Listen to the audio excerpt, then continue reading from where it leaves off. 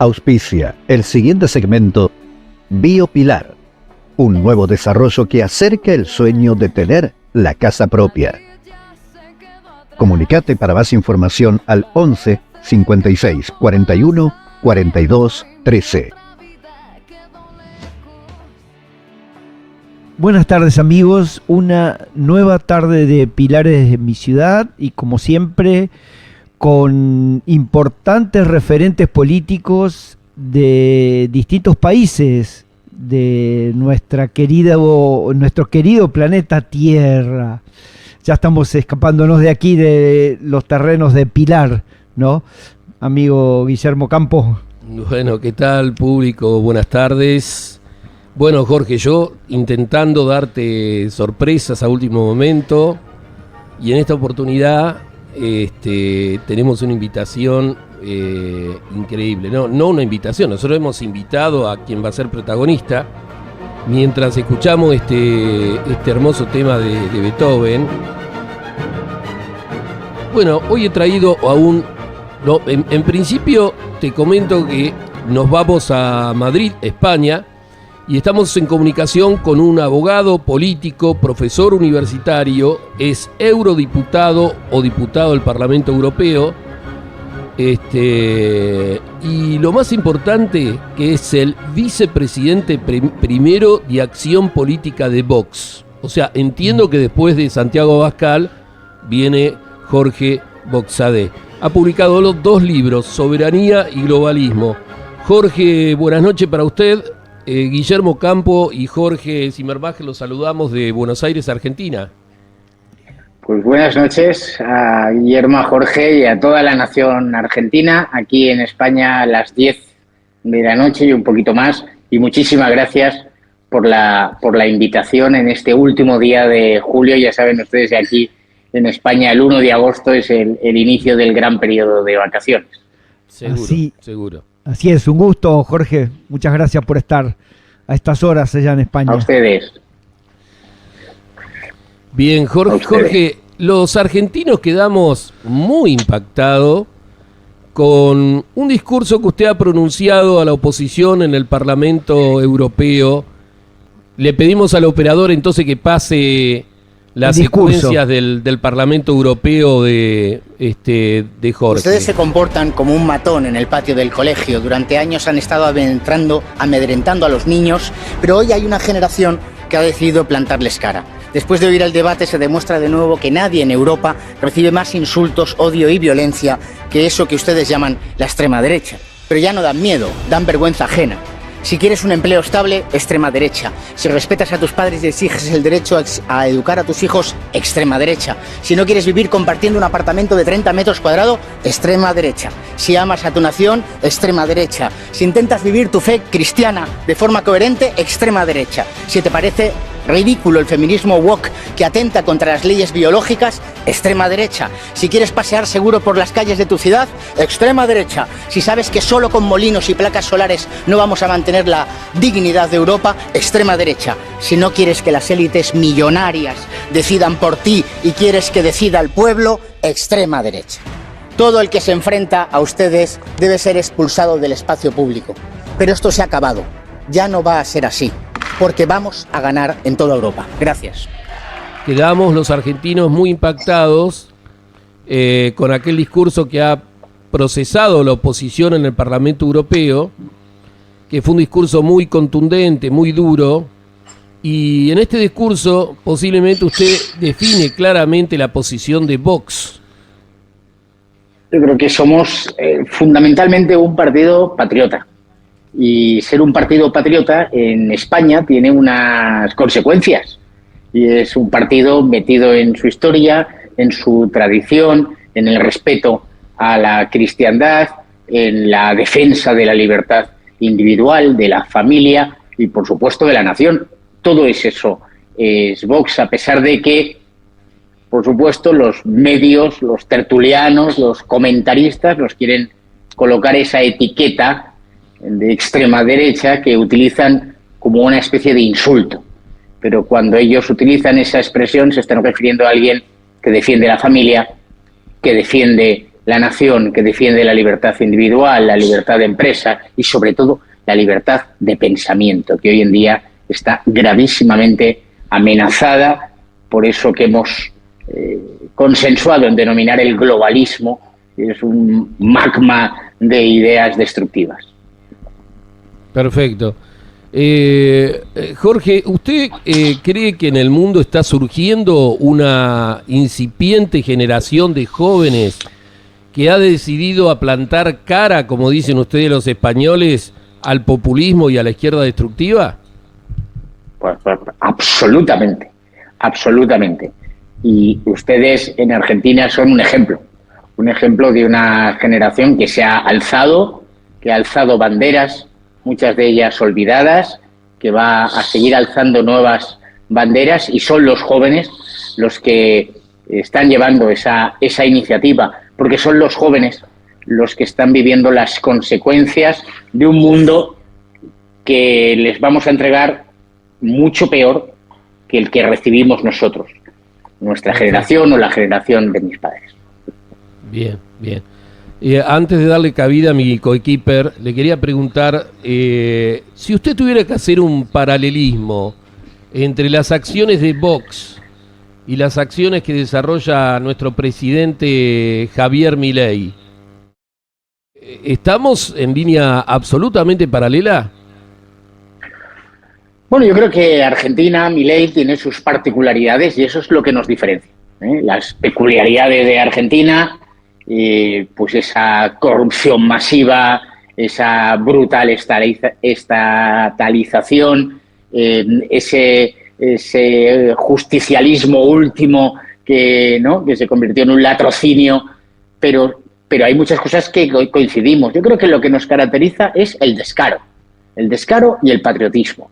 El descaro de decir aquello que los políticos de siempre llevaban ocultando y que han sido cómplices de eso. Y luego el patriotismo, la convicción de que desde el amor a la nación argentina, desde el amor a la nación española, se puede construir un proyecto político. De ese amor tan intelectual, pues te lleva a la bajada de impuestos, a dar libertad a las familias, a dar libertad a las empresas, a garantizar la seguridad en las calles frente a la delincuencia creciente o la inmigración ilegal. Pero hay cosas que nos diferencian. En España, por ejemplo, tenemos un problema gravísimo, que es la inmigración ilegal procedente de países islámicos, procedentes del África, y que están produciendo una ruptura de la homogeneidad social, de la unidad y de la convivencia en muchísimos lugares de Europa y especialmente de España. Pero sobre todo con Milei nos une, y vosotros o ustedes lo saben, la amistad personal que hay entre Santiago Abascal, mi jefe, el líder de Vox, y Javier Milei. Y esas amistades personales en política tienen mucha fuerza, como la que tiene Santiago Abascal con Giorgia Meloni o la que tiene Santiago con Víctor Orbán. Esas relaciones personales son muy potentes porque saben entender aquello que nos une y en lo que nos tenemos que hacer fuertes y trabajar juntos, por supuesto. Pero el descaro, Milei es el descaro llevado a su máxima expresión, ¿no? Pero yo creo que el descaro de romper un sistema que está destruyendo nuestras sociedades, nuestras comunidades nacionales. No sé, Jorge, si Guillermo te contó, no sé si pienso que debe ser más grande que vos, así que te puedo tutear, si me permites. Claro. El día de la jura de Javier Milei aquí en el Congreso de la Nación, nosotros tuvimos con Guillermo la oportunidad de intercambiar unos minutos con Santiago Abascal, que estaba también con José Antonio Kast, que fue candidato a presidente de Chile, también, digamos, por una línea de la libertad, ¿no es cierto?, por sobre todo la dignidad, o sea, esta cultura católica que de alguna manera está inserta en nuestras comunidades. Y bueno, y recuerdo esos minutos con Santiago donde le dijimos, bueno, nosotros hemos llegado al punto que se buscaba, que era ganar la elección. Por supuesto que ahora tenía claro que venía el defenderla, mantenerla, pero le digo, bueno, Santiago, ahora el trabajo les queda a ustedes, o sea, es decir, la gran tarea de poder llegar a la presidencia, y eso con gran interés y con mucha ilusión, nosotros los seguimos a ustedes, ¿no? Más allá de lo que ustedes piensen que son nuestra madre patria, así que más allá de lo que ustedes estén viendo en Milei, nosotros somos valoramos mucho, estamos muy atentos de lo que pase en España, ¿no? Así que, ¿qué esperanza ves, más allá de la que se ve en el pueblo, de poder llegar a generar el cambio en el tiempo que Dios disponga, ¿no? Bueno, yo creo que Vox está en una fase de consolidación territorial, de consolidación ideológica y preparados para el crecimiento que tiene que llegar en cualquier momento. Y digo en cualquier momento porque yo creo que esto se está sucediendo, ha sucedido en Argentina, pero ha sucedido en Italia con Meloni, ha sucedido en Francia, en Holanda, en muchas naciones europeas, también en Hispanoamérica. Hay momentos en que la sociedad hace ese clic, ese cambio que rompe toda una serie de mitos políticos que se han impuesto. En España, como ustedes saben, desde la Constitución de 1978 se ha consolidado históricamente una estructura política en la que hay un bipartidismo muy fuerte, muy cerrado, de un partido socialista y el Partido Popular, el que históricamente ha sido el partido que se ha dicho de centro-derecha, pero que partidos como Vox han roto ese bipartidismo. Y ahora nos encontramos con que Partido Popular y Partido Socialista están en una alianza práctica. Y eso perjudica mucho a la alternativa política, al sanchismo, al socialismo imperante. Y luego tenemos toda la estructura de partidos separatistas en los cuales se ha apoyado Sánchez. La situación política en España ahora mismo es muy grave, porque Sánchez camina decididamente hacia un gobierno autocrático, hacia un gobierno unipersonal, un gobierno sin respeto a las instituciones, sin respeto a las formalidades democráticas, que está dispuesto a pactar con el comunismo, con el separatismo, que ahora mismo, pues por ejemplo, España es una nación que aún no ha reconocido la victoria de la oposición en Venezuela, en las recientes elecciones electorales en Venezuela. Sánchez está prácticamente alineado con Irán, con China o con Putin, porque no ha reconocido la victoria de la oposición, no ha rechazado los resultados proclamados por ese régimen criminal, ese régimen corrupto de Maduro. Esta es la situación real. A partir de ahí, Vox en franco crecimiento, en esa consolidación y además con la firme voluntad, efectivamente, de producir el cambio en España como se ha producido en Argentina. Ahora mismo, los números nos dicen que deberíamos pactar con el Partido Popular, pero por desgracia ese Partido Popular, que es el partido hegemónico del centro-derecha durante 40 años, ha decidido conformar una alianza con Sánchez. En la práctica pactan con él el reparto de los sillones, de los puestos, del poder. Ahora se han repartido, por ejemplo, los jueces, el gobierno de los jueces en España, pactan con el Partido Socialista en Bruselas, en el ámbito de la Unión Europea, que conozco personalmente por ser diputado en el Parlamento Europeo, y eso es tremendo para España, es tremendo para la alternativa, porque genera mucha desesperanza en el votante. El votante quiere un cambio radical en España y eso es lo que nosotros estamos ofreciendo, y no tengo ninguna duda, que hay un momento en que la sociedad española va a dar ese clic, ese cambio, y va a darnos su confianza para cambiar España y devolver a España a esos esas cotas de prosperidad y de seguridad y de libertad que nunca debimos perder, Bien. Quedamos ahí pegados. Sí, sí. Hace unos días hablamos con...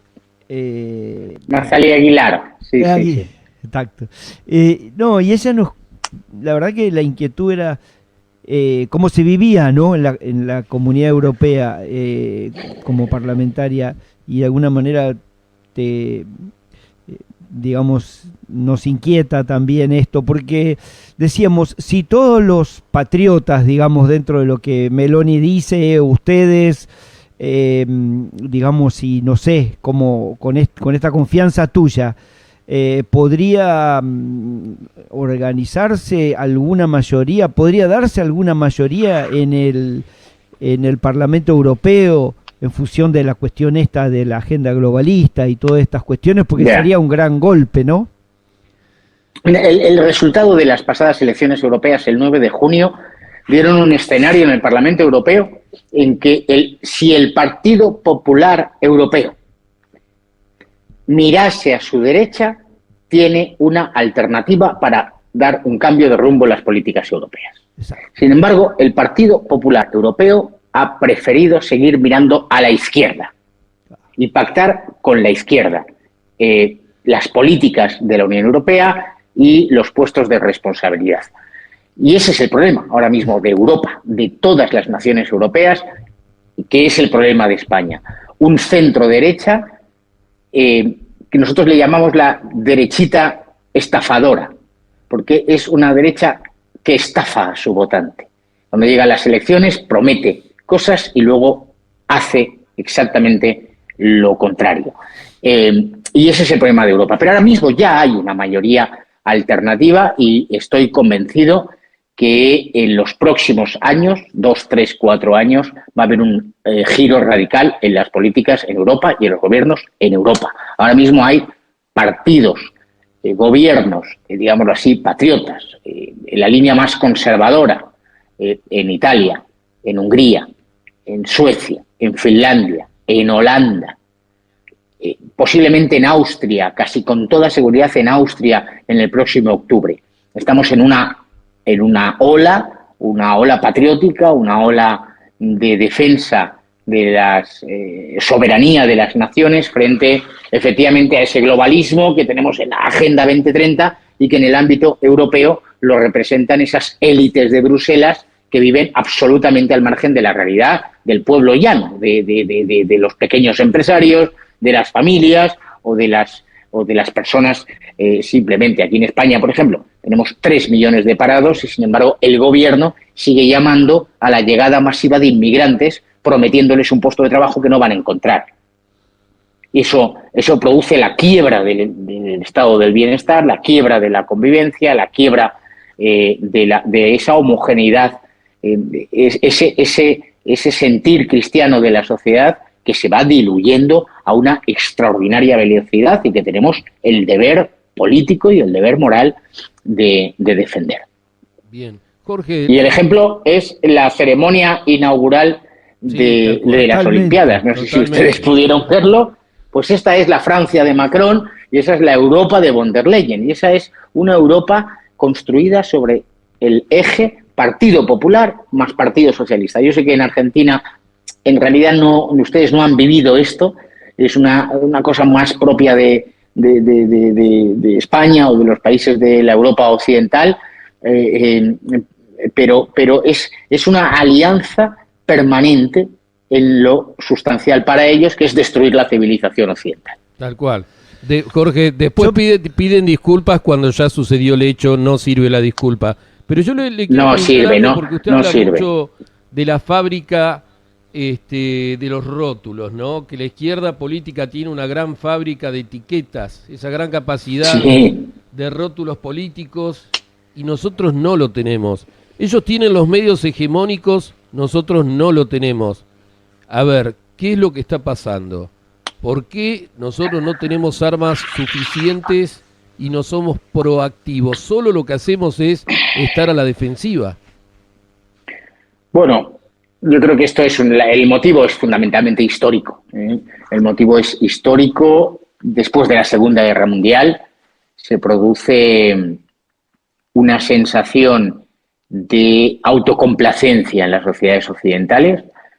El marxismo cultural se empieza a desarrollar, invade las universidades norteamericanas, invade las universidades europeas, invade la industria del cine, invade la industria de la cultura. Mayo del 68 produce la quiebra total y la derecha social, la derecha, digámoslo así, clásica, hace dos cosas. Una, no entiende lo que está sucediendo. Y en esa visión mercantilista de la vida, creen que todo pasa por, bueno, oye, mientras tengamos que comer y el Producto Interior Bruto siga creciendo y tal, pues somos sociedades ricas y todo va bien. Y dos, acepta la derrota. Durante décadas, la Europa occidental, el mundo occidental, también voy a meter a toda Hispanoamérica, acepta la derrota y la derecha decide no defender sus principios, sus virtudes, sus convicciones más profundas. Y esto está cambiando. Efectivamente, esa hegemonía cultural que se dice de 40, 45, 50 años, depende de la nación, ha producido el resultado que tenemos ahora, que son varias generaciones educadas en la ausencia de principios, con un desconocimiento brutal de la historia, con un desconocimiento de la realidad, pero ahora está surgiendo, está cambiando las cosas. Eso estoy absolutamente convencido, pero efectivamente hemos perdido el mundo del periodismo, de la cultura en general, del cine, pero por ejemplo, en el ámbito de las redes sociales, la izquierda no es hegemónica. Por eso, tanto interés por parte de las grandes organizaciones internacionales, meto a la Unión Europea y meto a la ONU, por ejemplo, en censurar los contenidos en las redes sociales, desde Twitter X hasta Facebook o YouTube, porque ahí esa hegemonía clásica en las universidades, en la televisión, en la radio, en la prensa escrita, no la tienen. Ahí son los jóvenes los que están imponiendo sus convicciones y efectivamente los jóvenes están rechazando este mundo. Un par de cosas. Aquí nosotros vivimos sobre la base de la Constitución. La Constitución argentina se firma en 1853. Vos hablaste de la Constitución de España en 1978, creo, ¿no? Sí, sí. Nuestra Constitución es como un traje a medida, así digamos, inspirador y quien escribe las bases para los puntos de partida de la organización de la República Argentina es Juan Bautista Alberdi.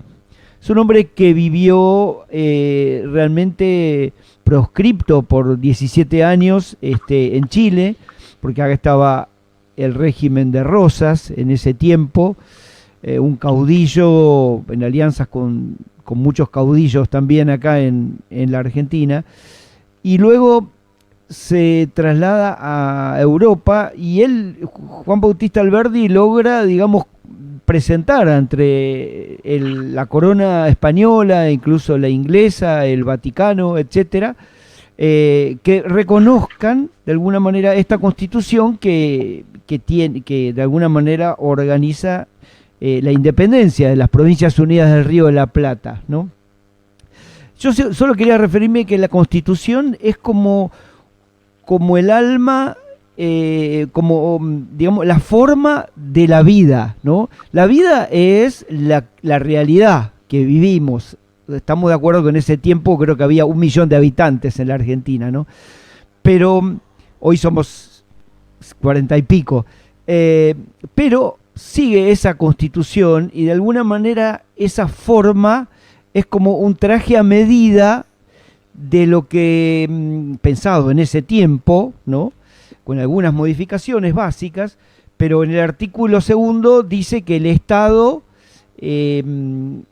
sostiene el culto católico, por ejemplo, ¿no? Más allá que después habla de la libertad de cultos, pero hay una cantidad de detalles que la Constitución, de alguna manera, como un traje a medida, está respetando la identidad, la libertad, la defensa de la vida, etcétera, etcétera.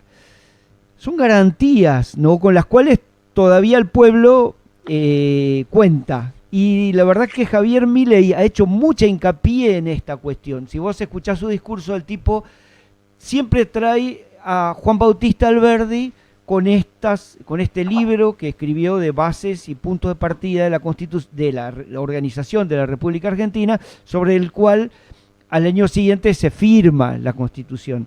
Nada, quiero hacer referencia que muchas veces el pueblo, que realmente vive un estilo de libertad, etcétera, lo que es con este tradición católica, por más que haya diversidad de cultos, ha sido muy importante, sigue siendo de gran fuerza, y en el caso de aparecer un líder como Milei hace valer esta estructura, ¿no?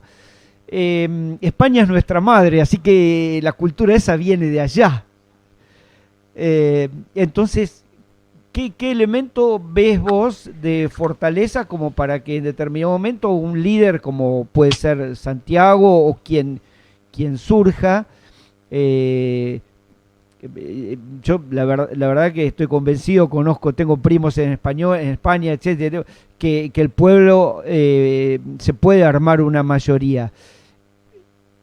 Pero hay un segundo punto más allá de la Constitución, que es el que Javier, del que habla siempre, y que tuvimos oportunidad nosotros de entrevistarlo con Guillermo, y fue uno de los puntos fuertes. Él dijo: hay que replicar el paraíso en la tierra. Y después salió a decir que había que contar, o había que pedir las fuerzas del cielo y pedir la bendición de Dios para que guíe los destinos de la patria. Bueno, un ingrediente muy fuerte, ¿no?, respecto de lo que significa la trascendencia. Esto, una constitución y un líder con visión trascendente, ¿qué expectativa se puede esperar en España, ¿no? A muchos nos gustaría que el rey pegara un portazo, ¿viste?, y ordenara las cosas, pero bueno, tal vez que no ese es el camino. No ese es el camino, básicamente porque es un camino que está vedado en la Constitución. La Constitución del año 78 es una Constitución que no responde, digámoslo así, históricamente al planteamiento que usted me ha hecho respecto de la Constitución argentina de 1853, si me quedo con el dato. No, porque la Constitución del año 78 nuestra es una Constitución que se llama de consenso. Es decir, es una Constitución pactada por los partidos políticos que ya, digámoslo así, y si me permite la expresión, habían metido la mano en algo que es sagrado. Y es una Constitución que tiene una finalidad transformativa.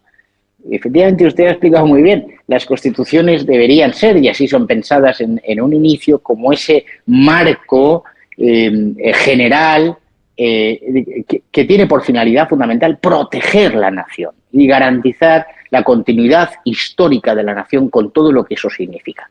Sin embargo, nuestra Constitución del año 78 no tiene esa finalidad. Nuestra Constitución tiene una finalidad transformadora, es decir, transformar la España del régimen de Franco en una España distinta. Por ejemplo, de repente aparecen las llamadas autonomías, las regiones tradicionales nuestras que formaban parte de nuestra historia, se convierten en autonomías a las cuales se les atribuye incluso capacidad legislativa de dictar leyes, incluso en contra de los intereses generales de la propia nación. Claro, eso para nosotros es un problema. Nosotros, Vox, es uno de los puntos que nosotros reivindicamos, es decir, la necesidad de una modificación de acuerdo con la Constitución, por supuesto, respetando los procedimientos constitucionales, para ajustar eso a la realidad histórica de nuestra nación. Hablaba usted de la libertad de cultos. Pues en una nación como España, ese mismo texto que usted ha proclamado de la Constitución argentina no existe.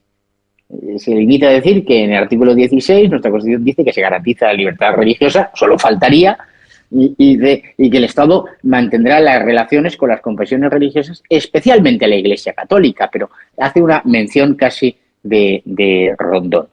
Yo creo que, y por tanto, eso es una gran diferencia y es algo que, sin embargo, la Constitución, y yo utilizo mucho el concepto de Constitución histórica de España, porque España ha tenido muchísimas constituciones y tiene una tradición jurídica de 1500 años de historia. Y ahí es donde tenemos que encontrar nuestra fuerza, la fuerza vital de la nación. Y respecto de lo último que ha comentado de Javier Milei, me parece maravilloso eso que les contó Javier Milei. Yo creo que si algo caracteriza a la política de nuestros tiempos, sobre todo en Europa, es que se ha construido la vida política, la vida pública, por tanto, eludiendo la existencia de Dios. Entonces, si tú no crees en la existencia de un Dios creador, pues, por ejemplo, te enfrentas a las cuestiones del medio ambiente, pues con esos programas de la Agenda 2030, la resiliencia, el planeta, la Pachamama, y entonces creas una ecología punitiva. El ser humano es malo y tenemos que evitar la acción del ser humano en el planeta. Y por tanto, acabamos reconociendo el derecho al aborto a los seres humanos y, sin embargo, matar la cría de un determinado animal te puede llevar a la cárcel. Por ejemplo, así sucede en España. En cambio, si uno cree la existencia de un Dios que ha creado el planeta, pues ves al planeta como una obra creada por Dios y de ahí surge tu ecologismo. Un ecologismo sano, un ecologismo que dice, por supuesto que no podemos destruir el planeta, debemos cuidar nuestros ríos, nuestros bosques, que hablar de la riqueza natural de Argentina. Tenemos que protegerlo, todo eso, y no solo protegerlo, multiplicarlo, que es el mandato que tenemos, pero sobre todo entender que el elemento más principal de cualquier ecosistema es el ser humano. Y eso te cambia todo. Y así podríamos hablar, pues, desde eso hasta el tema de los impuestos también. Si tú crees en la existencia de Dios, pues Dios nos ha puesto aquí, para empezar, para que seamos felices y para que nos podamos ganar con nuestro esfuerzo el pan. Y pan suficiente para dar de comer a toda nuestra familia. Y por tanto, pues, hay que bajar los impuestos para que el dinero se quede en el bolsillo de las familias y se pueda subvenir a las necesidades de la... En fin, que eso es un cambio radical y ese es el cambio, yo creo, que ha emprendido Argentina y es el camino correcto. También Trump en Estados Unidos pues hace discursos en esa línea argumentativa o Orbán en Hungría, ¿no? Yo creo que es una forma de entender la política que se había olvidado por decenas de años y que hay que recuperarla sin ser un meapilas, que decimos aquí en España, sin exigir confesionalismos a nadie. No se trata de eso. Se trata de entender el mundo de una forma como lo hemos entendido siempre en el mundo occidental. Bien. Jorge, le hago una pregunta. Si yo le pregunto a usted que me lo defina en un término, nos estamos peleando la izquierda con la derecha. ¿Usted no cree que de alguna manera hay algo que va más allá de la izquierda y que la izquierda compra y que la izquierda es utilizada para destruirnos?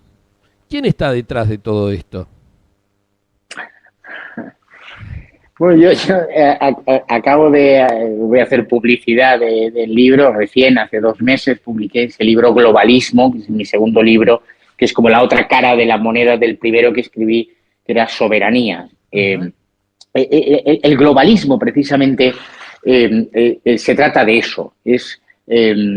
Hoy en día la discusión izquierdas y derechas es una discusión que podríamos decir ya directamente antigua,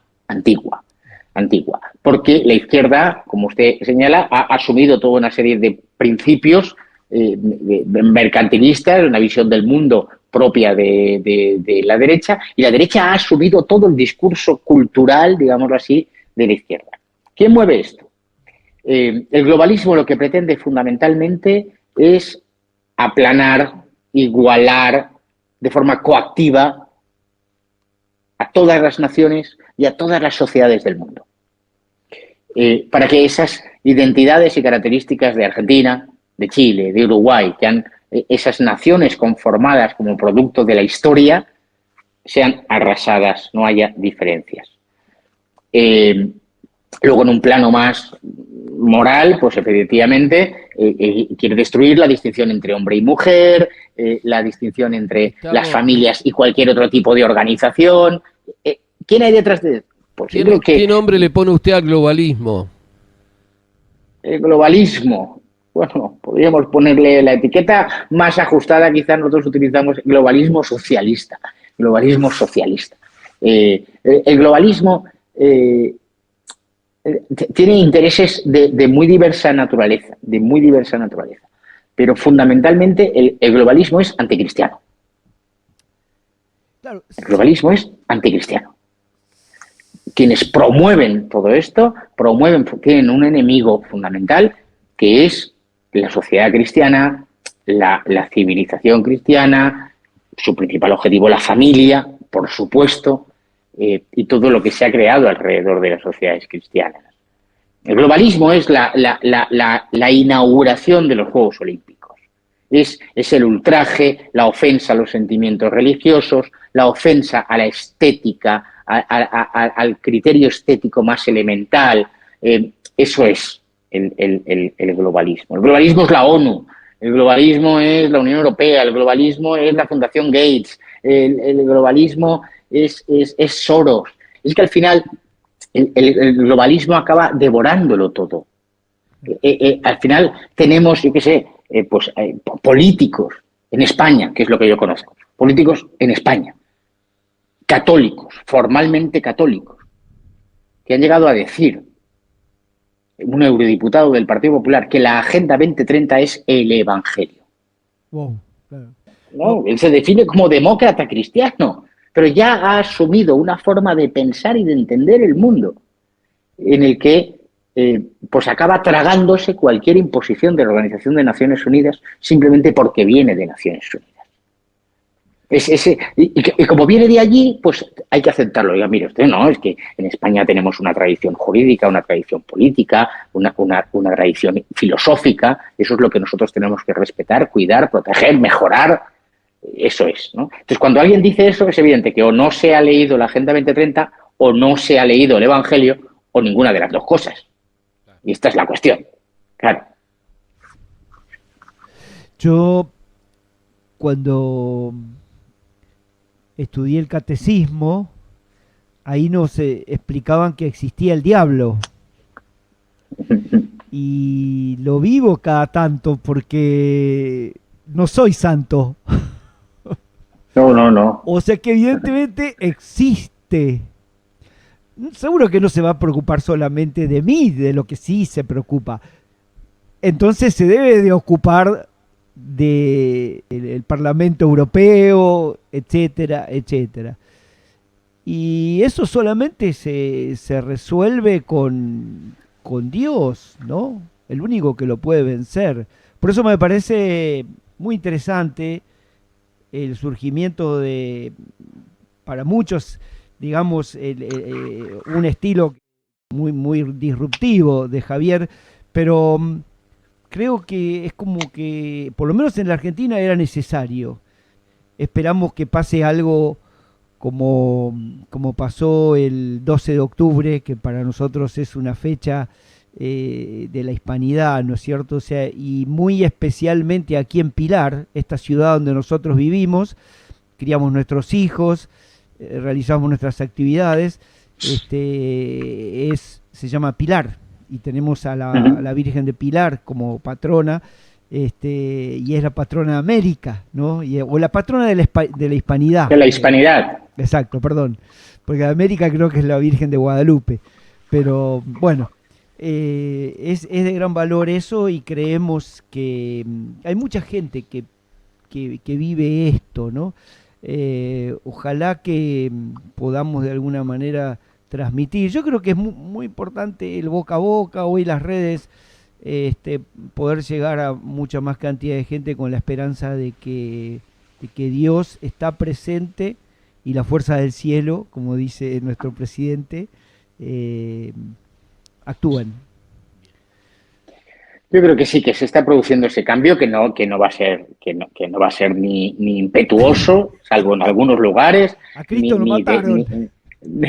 pero se está produciendo el cambio, por supuesto, por supuesto. Y sobre todo los jóvenes. Yo tengo cuatro hijos, el mayor tiene 19, el pequeño tiene 13, están todos en esa edad de la adolescencia, Sí. y yo lo percibo en ellos. Es decir, la convicción, la conciencia de que todo lo que les llega de medios de comunicación, del mainstream que decimos, está atacando su forma de vida. Y eso yo creo que ha habido varias generaciones donde no había esa conciencia, sino que se asumía todo lo que venía y generaciones enteras han tragado esa información y han tragado información buena y basura. Sin embargo, los jóvenes tienen de forma intuitiva, porque ya les están atacando algo muy serio. Cuando por ejemplo, la ideología de género se impone públicamente, se impone en los colegios, la no distinción entre el sexo masculino y el sexo femenino, cuando se pretende, como aquí en España, con el gobierno socialista y comunista, se pretende que todo varón, por el mero hecho de ser varón, es un sujeto susceptible de convertirse en un criminal, por el mero hecho de ser varón. Esto, claro, está atacando. Ataca a los varones y ataca también a las niñas, porque las niñas, cuando de repente ven un chico que les gusta con 16 años, dicen, no, pues ese no es ningún criminal. No, es un chico educado, es un chico que me quiere, es un chico que me cuida, es un chico que me... En fin, y eso se está produciendo, ese choque, ¿no? Y cuanto más lejos van ellos, cuanto ese globalismo anticristiano se expresa con mayor vehemencia, es cuando les vemos su cara, le vemos su cara. Y entonces se produce la reacción. Siento ir otra vez al mismo ejemplo, pero esa ceremonia inaugural de los Juegos Olímpicos ha sido tan burdo, tan grosero, tan asqueroso, que ha producido una reacción. Claro. Que ha producido una reacción, incluso en gente que no tiene una especial convicción, pero dice, eso no me gusta. Claro. No me gusta. No me gusta porque además es que es feo estéticamente. Además, ¿ustedes qué promueven? Si ustedes esa es su Francia, si esta es la Francia que ustedes quieren exportar al mundo, ¿qué es lo que están promoviendo? Porque ahí no hay ni prosperidad, ni orden, ni autoridad, ni justicia, ni libertad en todo eso. Esas palabras tan bonitas sobre las cuales hemos construido una civilización. Entonces, ellos ya no tienen alternativa. Yo sostengo que el globalismo está agotado. Otra cosa es que su poder se pueda prolongar durante años. No voy a decir, no voy a ser profeta de una caída, pero está agotado ya. No pueden ofrecer nada. Ya cualquier cosa que ofrezcan es la destrucción del ser humano. Y a partir de ahí, nuestra responsabilidad, la de los políticos, la de los medios de comunicación, la de las asociaciones culturales que van creciendo, fundaciones, universidades que están apareciendo, editoriales que empiezan a publicar, por ejemplo, aquí en España, nuevas editoriales que publican libros que se habían dejado de publicar. Hay todo un renacer y esa es nuestra responsabilidad, de saber construir una alternativa a un mundo que está en desastre. Yo ahora estaba, perdón, que como estamos así en plan tertulia, estaba releyendo un libro de Ernest Junger, La emboscadura, que es un libro del año 1951, y que es de plena actualidad hoy en día, y habla de ese hombre que es minoría, de ese hombre que se mantiene en pie, cuando hay un 98% de personas que dicen una cosa y el 2% dice otra. Esa minoría selecta que ha sabido identificar los problemas y que dice que no se somete, ¿no? Pues eso está creciendo y nuestra responsabilidad es animarlo. Bueno, o sea, es hay que mantenerse firme, no hay que dejar que nos cambien las convicciones, y aunque sea un pequeño rebaño, como era aquel de los discípulos, ¿no? Porque también las estructuras del catolicismo han trabajado de este modo, ¿no? Con pequeños grupos. Y por último, acá como hemos tenido tantos problemas económicos, o todavía los tenemos, se pensó que el camino que nos llevó a subirnos a todos estos desórdenes culturales que tuvimos durante estos 20 años de socialismo, se debían a que no teníamos una macro, como le llamamos acá, una macro ordenada, ¿no? O sea, es decir, que la plata de la caja para que el país caminara no estaba. Javier Milei llega y ordena la macro, ¿no? Y lo está haciendo, se están pagando las deudas mes a mes, año a año, se van ordenando y se van a promover las inversiones. O sea, ordenando la macro, decimos que va a venir el orden de la cultura, de la educación, de la salud, la seguridad, etcétera. Ustedes, Europa en general, tienen mucho más ordenada la macro, como dice, desde el punto de vista económico, que nosotros. Bueno, les queda el trabajo al revés, entonces. Efectivamente. Bueno, nosotros tenemos dos problemas. Uno, el que dice usted, de que nos queda, es decir, nuestra estructura social está absolutamente rota, destruida. Si ahora un argentino que hubiera estado en España hace 40 años y que no ha venido a España en 40 años y viene ahora, pues verá mucha riqueza exterior, las carreteras muy bien asfaltadas, unos trenes que van mucho más rápidos, pero la estructura social, la organización de la sociedad, la convivencia está extraordinariamente deteriorada. Eso por un lado. Y efectivamente eso hay que reconstruirlo. Pero de todas maneras, nosotros hacemos muchísimas advertencias. Gobiernos como el de Sánchez aquí en España, económicamente, están emprendiendo el camino hacia esa Argentina que ustedes han dejado de lado. Claro, esa es la cuestión. Porque pues es el regalo del dinero, el generar deuda pública, ya lo pagará la siguiente generación, no os preocupéis porque hay que ganar elecciones, hay que tener ya a millones de personas, nosotros decimos con los votos comprados, no los votos, no es que vaya el político a casa, ¿no? Pero han empezado a repartir, se paga por no trabajar, se paga por al inmigrante ilegal que llega aquí, se le da una vivienda o se le da una ayuda. En cambio el español que en un momento dado pues pierde su empleo o que se encuentra en una situación de pensión de viudedad, pues tiene cantidades irrisorias. Es decir, ese modelo económico que se impuso en Hispanoamérica durante décadas, ahora a través de esa izquierda, de ese foro de Sao Paulo, de ese grupo de Puebla, nos está llegando a España muy especialmente. No hay que olvidar que aquí gobierna el Partido Socialista y que es socialismo puro, socialismo con la misma radicalización que puede haber en el socialismo en América. Lo que pasa es que la estructura económica de España era muy potente y había una clase media muy potente, pero que está en proceso de deterioro, cada vez más en proceso de deterioro, tanto económico como social, por supuesto. Tal cual. Jorge, lo tenemos que despedir lamentablemente porque se nos ha acabado el tiempo.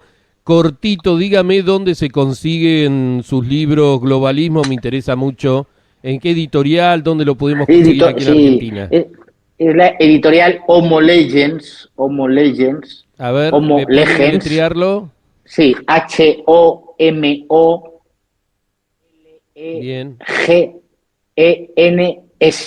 El hombre que lee, Homo Legends. Bien. Y la forma más fácil, pues posiblemente me sabe mal decirlo, pero quizás adquirirlo por bien. Amazon. El operador está poniendo el zócalo. Bueno, claro. Jorge, muchísimas gracias y nosotros tenemos que cumplir con una cábala que usted no tiene nada que ver.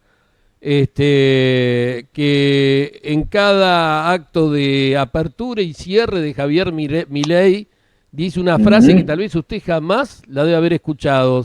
son 4 palabras, nada más. Si usted No, hombre, nos sí, que lo he acompaña y se escuchado. encontramos a Javier Milei, va a ser extraordinario. ¿La Claro decimos que lo he juntos? escuchado, Javier. Venga, hombre. Vamos.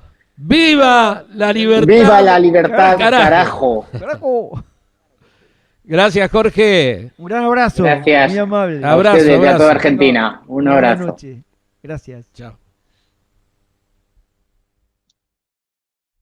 Este segmento fue auspiciado por Biopilar, un nuevo desarrollo que acerca el sueño de tener la casa propia. Comunicate para más información al 11 56 41 42 13.